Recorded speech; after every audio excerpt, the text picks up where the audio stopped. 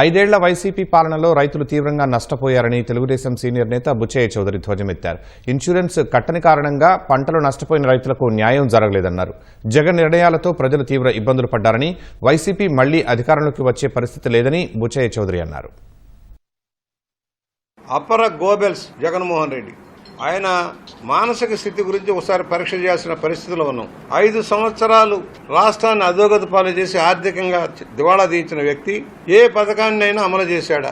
గత ప్రభుత్వంలో ఉన్న సైకిళ్లు గాని, కుట్టు మిషన్లు గాని, కంప్యూటర్లు గాని సర్వనాశనం చేసి పెట్టేశావు.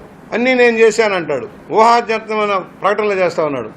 అసలు ఇన్సూరెన్స్ కట్టని పరిశ్రమగా 5 సంవత్సరాల్లో రైతులు తీవ్రంగా నష్టపోయారు. పంట నష్టపోతే ఒకళ్ళకి సహాయం అందల, ఒకళ్ళు కూడా మద్దతు ధర ఇవ్వాల, కాంట్రాక్టుల బకాయిలు ఇవాళ ప్రభుత్వం చెల్లిస్తుంది. ఎంతసేపు దోపిడీ దోపిడీ దోపిడీ. ఇవాళ నీ భోగాతాలంతా వెలుగులోకి వస్తాయి ఒక్కొక్కటి.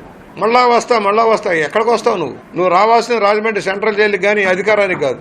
ఇలాంటి దుర్మార్గుడు రాబోడు రానివ్వరు ప్రజలు అనేది మనం చేస్తూ ఉన్నాం.